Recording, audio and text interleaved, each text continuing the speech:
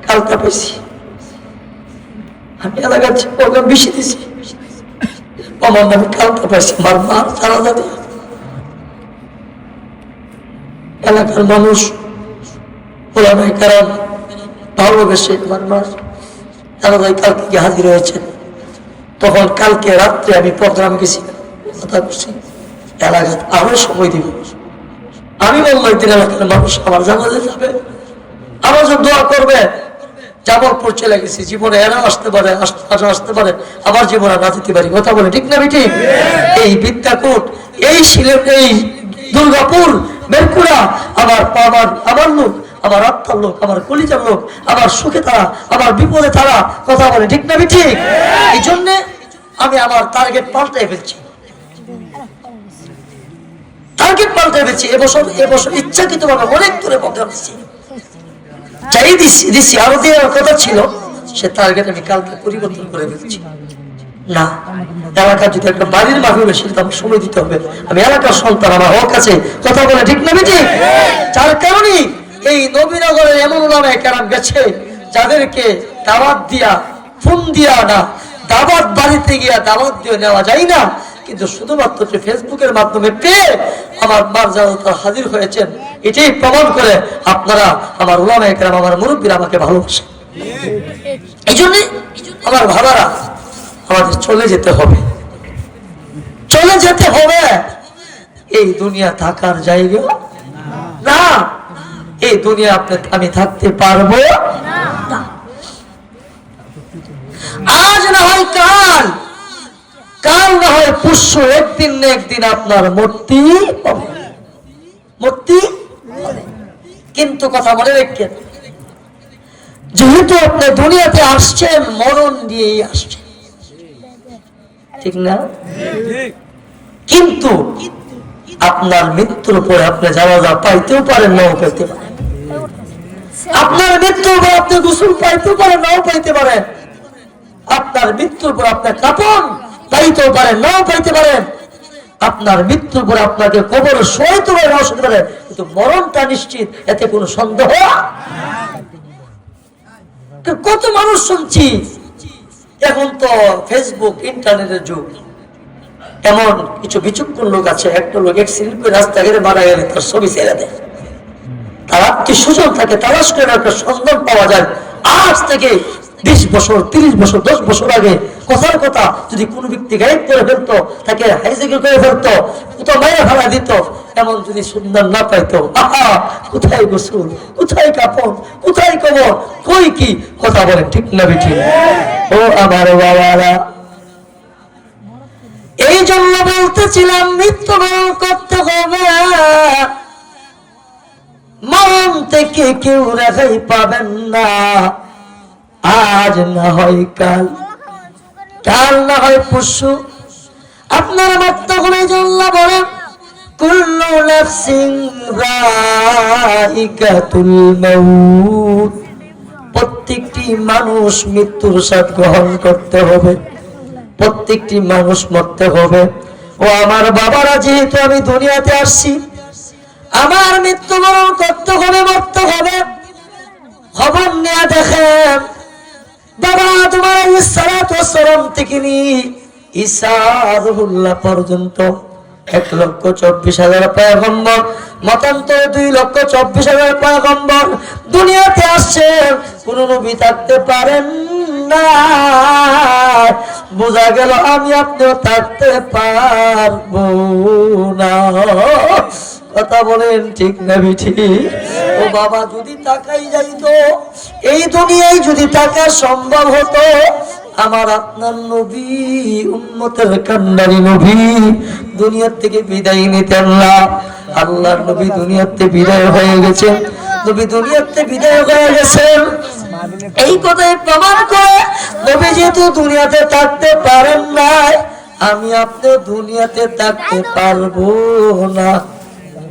কথা বলেন, পারবেন নি? কেমনে পারবেন? খবর নিয়ে দেখেন না, আল্লাহ আব্বা, দাদা ছিল, দাদাই কই? কবরে। বড় আব্বা ছিল, বড় আব্বাই কই? কবরে। আল্লাহু আকবার। জামাল বে দাদা ছিল, দাদাই কই? আমাদের এই মসজিদের সভাপতি আব্দুল শহীদ সাহেবের দাদা ছিল, দাদাই কই কবরে? আল্লামা আবুল হাসান সাহেবের দাদা কই? বাবা কই? বাবাও নাই, মাও নাই, কোথায় কবরে? কেউ থাকতে পারেন না, আমি আপনি থাকতে পারবো না। এই দুনিয়া থাকার জায়গা না, এই দুনিয়াতে আমি আপনি থাকতে পারবো না। কথা বলেন ঠিক না বিঠি? এই জন্য আমার বাবারা বলতেছিলাম, যেই নবীর উসিলা আল্লাহ দুনিয়া বানাইলো, যেই নবীর উসিলা আল্লাহ দুনিয়া সাজাইলো, ওই নবী দুনিয়াতে থাকতে পারেন না, আমি আপনিও থাকতে পারবো না। ও মুসাফির বান্দো গাটুরি, বহু দূরে ঠিকানা, আজ भी जाना कल भी जाना, খবর রাখে ঠিকানা। কথা বলেন ঠিক না বিঠিক? আমার আপনার মৃত্যুর পরে শেষ ঠিকানার নাম কি? কবর। ও বাবা, কবর একদিন আমার আপনার যাইতে হবে। কিন্তু আমি খুতবার মধ্যে যে আয়াত পড়েছিলাম, হাদিস পড়েছিলাম, আমার মাযহাবটা পাল্টে গেছে। আজকে কোনো মাযহাবের নিয়ে বয়ান করব না। যদি সময় পাই আমি মাযহাবের ছাড়া বয়ান করি না, সাবজেক্ট ছাড়া বয়ান করি না। কিন্তু আজকে বয়ান আমার যেহেন দিয়ে আসতেছে না, আমি কোন দিক দিয়ে বয়ান করবো মিলাইতেও পারতেছি না। কিন্তু আপনাদের কিছু সময় নষ্ট করব, কিন্তু সব চিন্তা বিক্রি করে দেখলাম রে বাবা, এই দুনিয়াতে একদিন ছিলাম না, আজকে আছি, আবার একদিন থাকবো না। কথা বলেন ঠিক না বিঠিক? ছিলাম না, কোথায় ছিলাম? আল্লাহু আকবার। আমার বাবা আদম আলাইহিস সালাম জান্নাতের মধ্যে ছিলেন।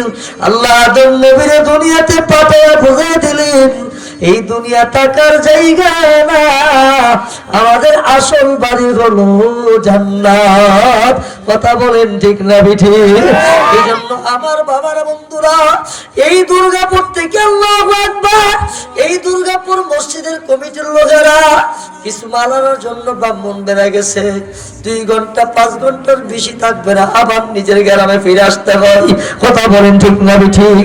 এই দুর্গাপুর থেকে জন্য বেড়াইতে গেছি, বিয়ের বাড়িতে বেড়াইতে গেছেন, 4 দিন 5 দিন 10 দিন থাকলো, মাথা গরম হয়ে যায়, কোন সময় বাড়িতে চলে আসবে।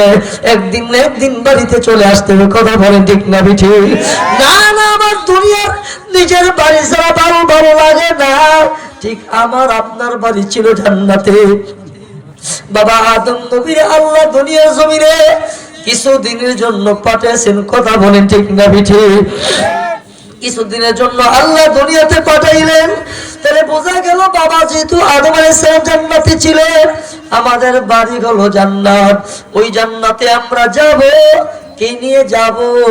আমার আল্লাহ দুনিয়ার মধ্যে কিছুদিনের জন্য পাঠাইছেন তোমার বাড়ি জান্নাতের কামাই করার জন্য। কথা বলেন ঠিক না বিঠিক? এই জন্য আমি আমার বাবাদেরকে বলবো, আমি আমার ভাইদেরকে বলবো, এই দুনিয়া কিন্তু টাকার জায়গা না, এই দুনিয়াতে থাকতে পারবেন না। বড় আব্বা চইলা গেছে, দাদাই চইলা গেছে, নানাই চইলা গেছে, নানি চইলা গেছে, দাদি চইলা গেছে, নিজের হাতে বাবারে কবর শুয়ে দিয়ে আসলাম, নিজের হাতে মারে কবর শুয়ে দিয়ে আসলাম। আজ পর্যন্ত কিন্তু খবর নিতে পারেন নাই। কথা বলেন ঠিক না বিঠিক? কিয়ামতের আগে খবর নেওয়া যাবে না। আল্লাহু আকবার। আজকের মাহফিলে যিনি প্রধান অতিথি, আমাদের জনতা নাজমুল কাজী নাজমুল হোসেন তাপস সাহেব আসবে কি আসবে না ফোনের মাধ্যমে জানাইতে পারছে। কথা বলেন ঠিক না বিঠিক? আমরা ফোনের মাধ্যমে জানতে পারলাম। আর এখন যদি এখানে নাই আসে, তিনি ঢাকা আছেন, ঢাকা তো মোটামুটি 100 কিলোমিটারের কমে না। কথা বলেন ঠিক না বিঠিক? 100 কিলোমিটার থেকে যদি ফোনে খবর নিতে পারলেন, আপনার ছেলে বিদেশে সৌদি আরব আছে শত শত মাইল, হাজার হাজার মাইল দূর থেকে ফোনের মাধ্যমে খবর নিতে পারলে, শুধু খবর নিলেন না, ভিডিও কল দিয়ে চেহারা দেখে দেখে কথা বলতে পারলেন। কিন্তু বাড়ির পাশে মা দুঃখিনী শুয়ে আছে, বাবা শুয়ে আছে, ওই বাবার খবর নিতে পারলাম না। কথা বলে ঠিক না বিঠি? এই জন্য আমার বাবাদেরকে বলবো, ভাইদেরকে বলবো, এই দুনিয়ায় থাকার জায়গা না। বিল্ডিং বলেন, বাড়ি বলেন, অট্টালিকা বলেন, গাড়ি বলেন, কিছুই আমার কবরে যাবে না। আমার কবরে যাবে আমার জিন্দেগীর নেক আমল, আমার কবরে যাবে আমার জিন্দেগীর আমল। কথা বলেন ঠিক না বিঠি? যে কথাটা আমি বুঝাইতেছিলাম আমার বাবারা, আমি পরবর্তী আয়াতে পড়ি আল্লাহ বলেছেন কুল্লু নাফসিন যায়কাতুল মাউত, প্রত্যেকটি মানুষ মৃত্যুবরণ করতে হবে, মৃত্যু স্বাদ গ্রহণ করতে হবে।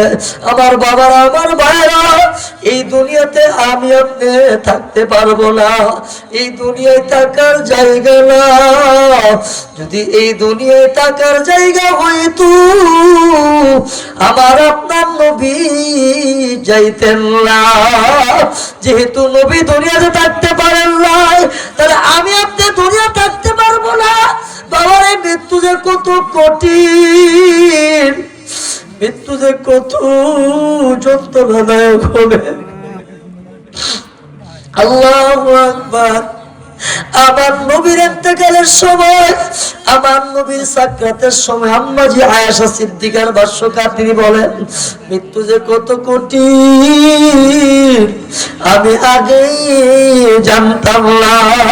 আম্মাজি আয়েশা সিদ্দিকা রাদিয়াল্লাহু তাআলা আনহা বলেন আল্লাহু আকবার, আমার স্বামী আমার দিনের নবীর যখন সাকরাত আরম্ভ হয়ে গেছে, আল্লাহু আকবার, দেখবেন রে বাবা, আপনার বাবা, আপনার মা, আপনার দাদা, আপনার দাদি, আপনার নানা, আপনার নানি, আপনার আত্মীয় স্বজন যখন মারা যায়, চতুর্দিক দিয়ে আমরা ঘেরাও করে সূরা ইয়াসিন তেলাওয়াত করি, সূরা ইয়াসিন তেলাওয়াত করে ফুদে পানিটা মুখের মধ্যে নিয়ে দেয়। কথা বলেন ঠিক না বিঠি? তখন কান্দে, চোখের পানি ছেড়ে কান্দে। আমি আর আপনি বলি না, না কেন কান্দে? দুনিয়ার মায়া ছাড়ে না, দুনিয়ার মায়া ছাড়ে না। আজরাইল যখন সামনে আসে রে বাবা, ওই আজরাইলের চেহারা দেখি ভয়ে আত্মহারা হয়ে যায়। আবার বাবা, আমার নবীর যদি এমন অবস্থা হয়, আপনার আবার কি অবস্থা হবে? আম্মাজি আয়েশা সিদ্দিকা রাদিয়াল্লাহু তাআলা আনহা বলেন আমি আমার নবীর চাদর দিয়ে ঢেকে রাখছিলাম। আল্লাহু আকবার, আমি তাকায় দেখি আমার নবী পাপ বলে চাদরের উপর ভিতর দিয়ে একটু উঠায় আবার নামায়, একবার উঠায় আবার নামায়, হাত মোবারক উঠাই নামায়। আমি এই দৃশ্য দেখে আমরা গেলাম। আম্মাজি আয়েশা সিদ্দিকা রাদিয়াল্লাহু তাআলা আনহা বলেন আমি যখন চাদর মোবারকটা আলগি দিয়ে উঠাইলাম, আলগি দিয়ে উঠেছে দেখি আমার নবীর শরীর মোবারকের এমন একটা পশম নাই যে পশম দিয়া গাম ভেবে পড়তেছে।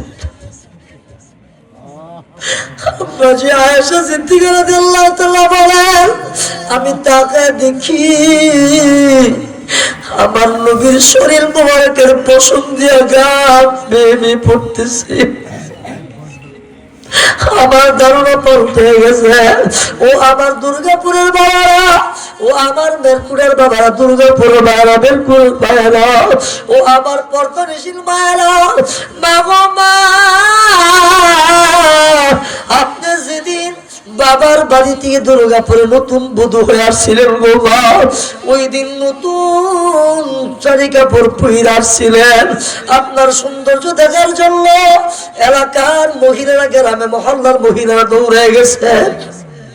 কিন্তু না গো মা, যেদিন আপনি 40 বছর, 50 বছর, 70 বছর জিন্দেগি করার পরে যেদিন দুনিয়াতে বিদায় হয়ে যাবেন গো মা,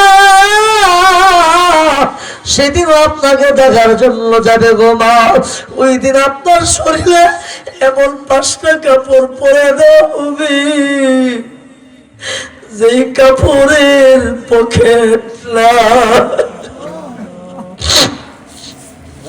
ও আমার বাবা, আরে কি করলাম রে বাবা, কি করলাম? নবীর যদি এমন অবস্থা হয়,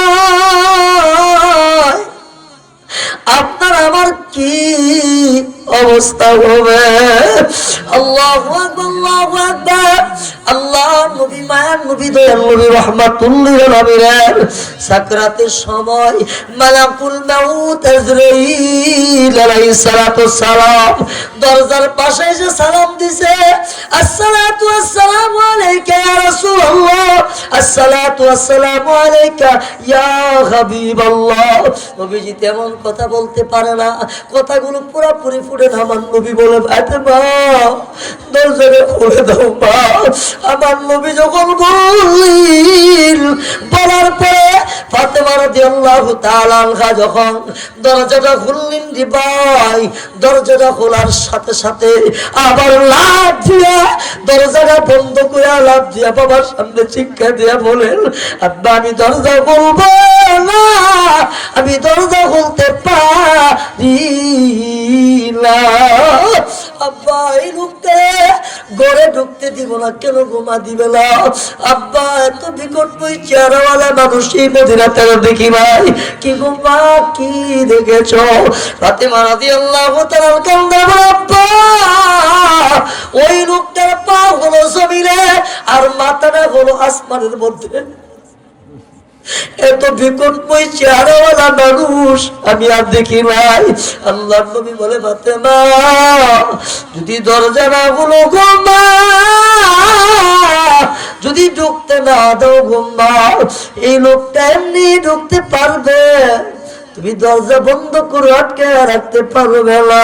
ও ফাতেমা, তিনি দুনিয়ার কোন মানুষ না, তিনি হলেন হাদা মালাকুল মাউত আজরাইল। ও ফাতেমা, তিনি হলেন আজরাইল। এটা তোমার বাবার সম্মান, এটা তোমার বাবার মর্যাদা, তোমার বাবার ইজ্জত। তোমার বাবার কাছে সালাম দেওয়ার অনুমতি চেয়েছেন গুম্বা, দরজাটা খুলে দাও। আমার নবী বলার পরে যখন ফাতেমা রাদিয়াল্লাহু তাআলা আল্লাহু আকবার দরজা খুলে দিলেন, দরজাটা খুলে দেওয়ার পরে আজরাইল আলাইহিস সালাতু সালাম আমার নবীর সামনে এসে সালাম দিয়া বলতেছেন, ওগো নবীজি, আমি আজরাইল এসেছি, আল্লাহ আমাকে পাঠিয়েছেন। আমি জানতে চাই আপনি থাকবেন না যাবেন? যদি যেতে চান আপনাকে নিয়ে যাব, আর যদি থাকতে চাও গো নবী আপনাকে দিয়ে যাব।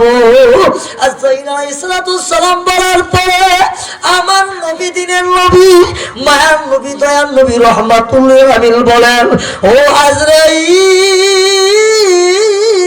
আমি যাব না, তা কিছু বলতে পারবো না। হাত্তা ইয়াতিয়ানি জিবরাইল, যতক্ষণ পর্যন্ত জিবরাইল না আসবে আমি থাকবো না, যাব, কিছু বলতে পারবো না। আল্লাহু আকবার। নবী যখন এই কথা বললেন, কিছুক্ষণের ভিতরেই জিবরাইল আলাইহিস সালাতু সালাম নবীর সামনে এসে হাজির। নবীর সামনে এসে হাজির আল্লাহর নবী, মায়ার নবী, দয়াল নবী রাহমাতুল্লিল আলামিন। এবার জিবরাইল আলাইহিস সালাতু সালামকে বলল, ও জিবরাইল আমি থাকবো না, যাব, জানতে চাই। আল্লাহু আকবার বলার পরে জিবরাইল আলাইহিস সালাতু সালাম নবীর সামনে কিছু কথা না বলে সাথে সাথে আমার আল্লাহ পাকের কোরআনুল কারীমের একটা আয়াত তেলাওয়াত করে শোনায়া দিলেন। আল্লাহ ঘোষণা করে আল্লাহ বলেন, ইন্নাকা মাইয়িতুন ওয়া ইন্নাহুম মাইয়িতুন। আল্লাহ বলেন, ইন্নাকা মাইয়িতুন ওয়া ইন্নাহুম মাইয়িতুন। ও নবীজি আপনিও মরণশীল, বেঈমান কাফের যারা আপনার পরবর্তী যারা তারাও মরণশীল। জিবরাইল আলাইহিস সালাম বলার পরে আমার নবীর আর বুঝতে বাকি রইল না, এই দুনিয়ায় তাকা যাবে না, তাকার জায়গা না। আল্লাহু আকবার। আমার নবীর জিবরাইল আলাইহিস সালাম এই কথা বুঝাইয়া দিলেন, ও নবী আপনি দুনিয়াতে থাকতে পারবেন না, আপনার আগে যারা পরে যারা থাকতে পারবেন না। আমার নবী মায়ের নবী দয়ার নবী এই কথা বলার পরে সাথে সাথে নবীজি চোখের পানি ছেড়ে কান্দে। জিবরাইল আলাইহিস সালাম বলেন, ওগো নবীজি আপনি কেন কান্দেন? মৃত্যুর ভয়ে কান্দেন কোনা? ফাতেমার জন্য কান্দেন নাকি কোনা? আমি ফাতেমার জন্য কান্দি না। জিবরাইল বলে, নবী গো আপনি কি হাসান হোসেনের জন্য কান্দেননি? আল্লাহু আকবার, আপনি কেন হাসান হোসেনের জন্য কান্দেন? যে হাসান হোসেনের সম্পর্কে আল্লাহ নিজেই বলেছেন যে হাসান আর হোসেন হলো জান্নাতের যুবকদের সর্দার। হাসান হোসেনের জন্য কান্দিয়েন না কোনা? কান্দি না। ফাতেমার জন্য কান্দিননি কেন? কারণ যে ফাতেমার সম্পর্কে আল্লাহ নিজেই ডিক্লেয়ার দিয়েছেন জান্নাতের মহিলাদের সর্দারনি হবেন আপনার কন্যা ফাতেমা। আল্লাহর নবী কান্দে। জিবরাইল বলে, কেন কান্দেন? এবার নবী বলেন, ও জিবরাইল আমি কেন কাঁদি? এবার শুনে কাঁদি। আমি নবী দুনিয়াতে বিদায় হয়ে যাব। আমি নবী বিদায় হয়ে গেলে আমার গুনাহগার উম্মতের কি অবস্থা হবে? আমার নবী বলে, জিবরাইল আমি আমার গুনাহগার উম্মতের জন্য কাঁদি।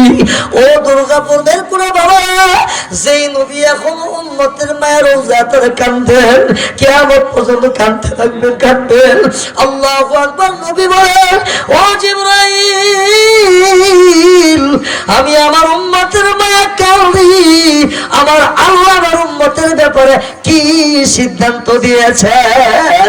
এবার জিবরাইল আলাইহিস সালাম, আল্লাহ আপনার বন্ধুর চোখে পানি, আপনার বন্ধু গুনাহগার উম্মতের মায়া কান্দে। আল্লাহ বলেন, জিবরাইল যাও যাও আমার বন্ধুকে জানায়া দাও, আমার বন্ধুকে জানায়া দাও, আমার বন্ধু যেন চোখের পানি ছেড়ে না কান্দে। আমি আল্লাহ জানায়া দিলাম, জানায়া দিলাম কঠিন কিয়ামতের ময়দানে আমার বন্ধু যা আমার বন্ধুর যে সমস্ত উম্মতের জন্য উম্মতের পুরুষের জন্য সুপারিশ করবে, আমি আল্লাহ সুপারিশ কবুল করে জান্নাতের মালিক বানায়া দিব। আল্লাহু আকবার।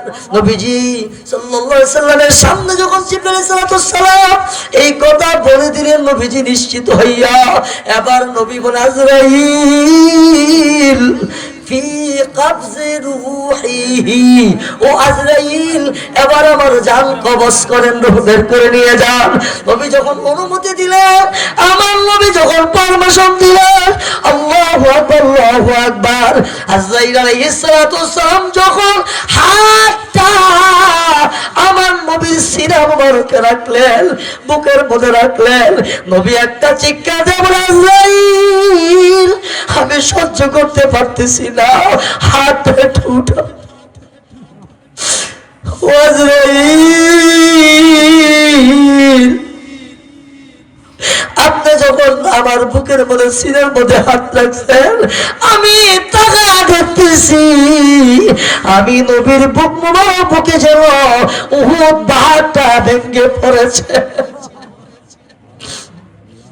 আল্লাহর নবী বলেন, আজরাইল ও আজরাইল আমার যদি এমন অবস্থা, আমার গুনাহগার উম্মতের কি অবস্থা হবে? এই জন্য আমি আবার দুর্গাপুর বের করে ভাইদেরকে বলবো, এখনো সময় আছে। আল্লাহু আকবার, আল্লাহু আকবার না কেমন কইরা আমার আল্লাহকে রাজি খুশি কইরা দান খায়াত কইরা যদি না কেমন সাজাইয়া মৃত্যু সময় ইমান নিয়ে মরতে পারি, আমল সাজাইতে পারি, আল্লাহর বদল করবে আপনার আমার মৃত্যুটা সহজ হবে, আসান হবে। চিল্লায়া বলেন ঠিক না বিঠি? আমার বাবারা বন্ধুরা বলতেছিলাম, আরে দুনিয়া থাকার জায়গা না, এই দুনিয়া থাকতে পারবেন না। আল্লাহু আকবার। ভাস্কর ইস্কান্দার যখন পৃথিবীতে বিদায় হয়ে গেলেন, তিনি বলছিলেন, ও আমার প্রজারা, ও আমার প্রজারা শোনো, আমি যখন দুনিয়াতে বিদায় হয়ে যাব, আমার কাবন থেকে আমার দুটা হাত বের করে রাখো। এই হাত বের করে বুঝে গেলেন আমি বাদশা সিকান্দার হারে হাতে যাইতেছি, কিছু নিয়ে যাইতে পারতেছি না। আল্লাহু আকবার। আমি আপনার দুনিয়াতে বিদায় হয়ে গেলে কিছু নিয়ে যেতে পারবো না, হারে হাতে যাইতে হবে। আমার আপনার মৃত্যুর পরে কবরের সাথে জিরা হবেন, সেটার নাম হলো জিন্দেগির নেকামল, জিন্দেগির দান খাইরাত।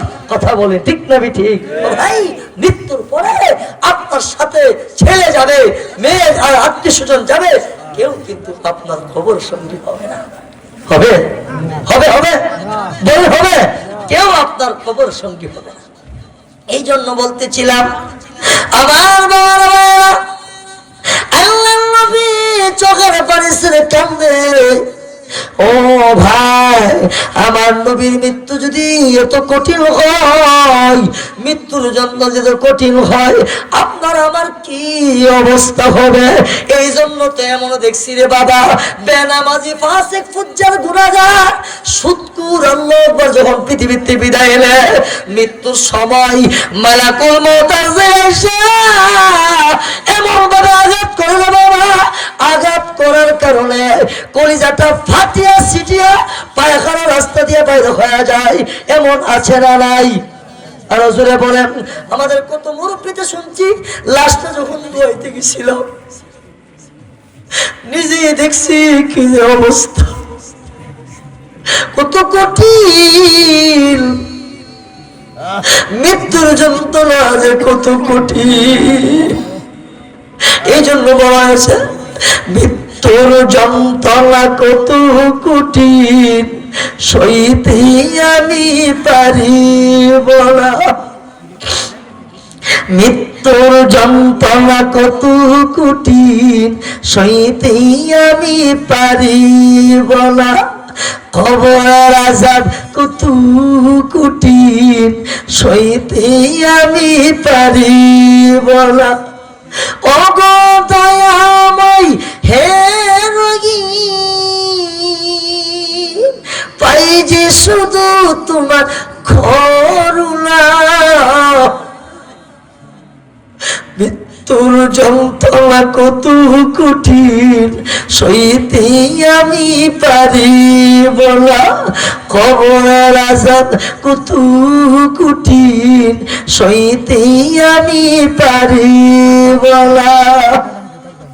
মসজিদের ওই পালকি খানা আসবে যেদিন সবার জানা, ঠিক না ঠিক? আরো যাবো ঠিক না ঠিক? মসজিদের ওই পালকি খানা আসবে যেদিন সবার জানা, বড়ই পাতার গরম পানি, বড়ই পাতার গরম পানি জাল দিবে সব জ্বলা। মৃত্যুর যন্ত্রণা কত কঠিন, সইতে আমি পারিব না। খবরের আযাব কত কঠিন, সইতে আমি পারিব না। ওগো দয়াময় হে রহিম, পাই যে শুধু তোমার করুণা। মৃত্যুর যন্ত্রণা কত কঠিন, সইতে আমি পারিব না। খবরের আযাব কত কঠিন, সইতে আমি পারিব না। মুনকার নাকির আসবে যখন, আসবে নি? আর মুনকার নাকির আসবে যখন, সওয়াল করিতে আমার পাশে, সেই সওয়ালের জবাবটুকু সেদিন ভুলে দিও না। সেই সওয়ালের জবাবটুকু সেদিন ভুলে দিও না। মৃত্যুর যন্ত্রণা কত কঠিন, সইতে আমি পারিব না। কবরের আযাব কত কঠিন, সইতে আমি পারিব না। ও আমার বাবারা, ও দুর্গাপুরের বাবারা, ও দুর্গাপুরের বাবারা, কোন দিন যেন আমার নামটা এই দুর্গাপুর মসজিদের মাইকে হয়ে যায়। তোমরা কারা গো? আব্দুল করিম, আব্দুর রহমান লাই, মহসিন করিম হারুনি লাই, এমক নাই তেমক নাই, আমাকে মাইকে হয়ে যায়। এলাকা যখন মাইকে হয়ে যায়, রাত্রির ভিতরে আধা ঘন্টার ভিতরে বাংলাদেশে এমন কোন জায়গা না ফোনের মাধ্যমে খবর পৌঁছে না। বোনের বাড়িতে, আত্মীয় স্বজনের বাড়িতে খবর পৌঁছে যায় আব্বা দুনিয়াতে নাই। কথা বলেন ঠিক না বিঠি? ওই দিক দিয়া মসজিদের মাইকে হয়ে যায়, মসজিদের হাঁটু লাগা বাড়িতে নিয়ে হাজির করে ফেলেন। এমনও দেখছি কোটি কোটি টাকার মালিক 10 তলা বিল্ডিং বানাইছিল, 5 তলার মধ্যে থাকতো ফেরিট আল্লাহবার, 5 তলা থাকতাম, ওই 5 তলার মধ্যে মারা গেছি। মারা যাওয়ার পরে বিবি বলতেছেন এই বিল্ডিং এর মধ্যে আমার ছেলের গুণাতি আছে, ছেলের গুণাতি আছি, এরা বই পাবে, কষ্ট পাবে। আল্লাহু আকবার। এমনও দেখছি রাতের ভিতরে 5 তলা থেকে নামাইয়া নিচে একবারে সিঁড়ির কোণের মধ্যে থাকেন আমাদের রাখছেন। এমন আছে না নাই? ও ভাই, যে পায়ে ধরে বলতে যাই, যেই বিবির লাইগা, সেই ছেলের লাইগা, সেই মেয়ের লাগি তো কিছু কষ্ট কইরা, সারা জীবন বিদেশ কাটাইয়া, সারা জীবন ব্যবসা কইরা, সারা জীবন চাকরি কইরা আজকে বিল্ডিং দিয়া গেলেন, ঘর দিয়া গেলেন, বাড়ি দিয়া গেলেন। আপনার মৃত্যুর পরে কিন্তু কবর ঘর যাবে না, বিল্ডিং যাবে না, ছেলে যাবে না, মেয়ে যাবে না। আমার মায়ের নবী, দয়ার নবী বলেন, উম্মত তুমি পুরুষ সোনারি হও, তুমি যেদিন পৃথিবীতে বিদায় হয়ে যাইবা, আমার নবী বলেন তোমার মৃত্যুর পরে তোমার কবরে 3টা জিনিস যাবে। কয়টা জিনিস? কয়টা জিনিস? রাসূল বলেন তোমার মৃত্যুর পরে, তোমার ইন্তেকালের পরে তোমার কবরে তোমার জন্য 3টা জিনিস যাবে। রাসূল বলেন 2টা ফিরে আসবে, একটা তোমার কবর সঙ্গে হবে। রাসূল বলেন 3টা জিনিস যে যাবে, আহলুহু ওয়া মালুহু ওয়া আমালুহু। রাসূল বলেন তোমার আহাল, তোমার আত্মীয়, তোমার মেয়ের জামাই, তোমার ছেলে, তোমার ভাতিজা, তোমার ভাই, তোমার পাড়াবাসী, তোমার মহল্লাবাসী, তোমার গ্রামবাসী, তোমার আত্মীয় স্বজন তোমার কবর নিয়ে যা হাতে দিতে। কথা ঠিক না বিটি? এরা ফিরে চলে আসেনি। এমন কেউ জীবনে শুনছেননি বাবার ইন্তেকালের পরে বাবার কবরে গিয়ে হতে হত্যা দিছে? জি না, জি না, না না। 3 দিন 5 দিন এরপরে কেউ স্মরণ করবে না। কথা বলে ঠিক না ঠিক? ও ভাই, 3 দিন চলে গেলে, 5 দিন চলে গেলে, শুধু আমার মা মারা গেছে, আমার বাবা মারা গেছে, আর খবর নেই না। ও ভাই, রাসূল বলেন তোমার কবরে 3টা জিনিসের মধ্যে 2টা জিনিসের একটা হলো আহলুহু ও মালুহু, তোমার মালগুলো ফিরে চলে আসবে। তোমার কবরটা খনন করার জন্য খুন্তি লেগে গেছিল, কুদাল লেগে গেছিল, বন্নি ছিল মাটির তুলার লেগে। কথা কই না? বন্নি ছিল মাটিগুলো তোলার জন্য। রাসূল বলেন তোমার আত্মীয় স্বজন আহাল আর মালগুলো কবর থেকে ফিরে চলে আসে। রাসূল বলেন তোমার কবর সঙ্গে একটা হবে, যেটার নাম হলো তোমার জিন্দেগির নেক আমল। জিন্দেগির নেক আমল, জিন্দেগির নেক আমল। আজকে খবর পাইলাম, আমি তো গত বছর আগে বসে আসছিলাম, আমি তুমি কেন একটা চিফার মধ্যে, কথা কোন ঠিক না ঠিক? চিফার মধ্যে বাইসা বইয়া ছিল, ছিল আপনারা বাইসা বোন ছিলেন না? ভাই ছিল না, আমি ছিল না, বসে আসছিল। আজকে আমি নতুন বাড়ি ঠিক না, মসজিদে ঢুকলাম, ঢুকার পরে আমার ভাইসা বলতেছে হুজুর আলহামদুলিল্লাহ, এটা আমাদের বাড়িও না, হেত না, এটা এই দুর্গাপুর গ্রামের একটা বৈশিষ্ট্য। এই দুর্গাপুর গ্রামে বছরে 2টা দিন সারা গ্রামের আবল বিদ্যা সবাই একসাথে এসে আনন্দের সাথে 2টা ঈদের নামাজ পড়ি, সেটার নাম হল ঈদগাহ। ঘুমাই গেছেন? নাম কি? এটা আমরা ছিলাম দুর্গাপুর ঈদগাহ। ভাবছিলাম 10 শতক জায়গা, পরে ভাইসা 28 শতক জায়গা, 28 শতক না, 28 শতক জায়গায় মুরব্বীরা আমাদের জন্য এমন একটা পরিবেশ করে দিয়ে গেছে। আমার মনে হয় 50 বছর এই ঈদগাতে, এই দুর্গাপুর বাসী একসাথে নামাজ পড়তে হবে, দ্বিতীয় ঈদগাহ যেতে হবে না। চিল্লিয়ে বলে ঠিক না ঠিক? আরো যে বলে ঠিক না ঠিক? এমন কথা হইল এই ঈদগাহটা আলহামদুলিল্লাহ জায়গা কিনা আপনাদের কষ্টের কামানো টাকা দিয়া জায়গা কিনা এখন বরট করে ফেলছেন। বরট করার পরে এখন সুন্দর হয়েছে, এখন গ্রামের যত ছেলেরা আছে এসে খেলাধুলা করবো, এখন এটার মধ্যে এসে মহিলারা এসে গড়িটুই দিব, কি দেখো হ্যাঁ নাকি দিত দিত ওই কিনা। এখন আপনি বলতে পারেন হুজুর মসজিদ তো হয়ে গেছে, মসজিদ কিন্তু অন্য কেউ দিছে না, অথচ এই দুর্গাপুরবাসী অথবা আপনাদের সাথে যেহেতু তিনারা নেত্রকোনাবাসী একটু সহযোগিতা সহযোগী আপনার সাথে তারা একটু হেল্প করতে গিয়া মসজিদ কমপ্লিট, মসজিদের বারিন্দা কমপ্লিট। এখন এই ঈদগাহ একটা মসজিদের অংশ কিনা বলেন, কথা বুঝাতে পারছি না? আমার হুজুর এখানে আছেন, ঈদগাহ অংশ, ঈদগাহ মসজিদ অংশ কিনা। এখন আলহামদুলিল্লাহ একটা কথা আছে মুরব্বীরা ইটা করছি আলহামদুলিল্লাহ, হিরা করুন হিরা হইলে এটা করুন, ও সবগুলো মিলেই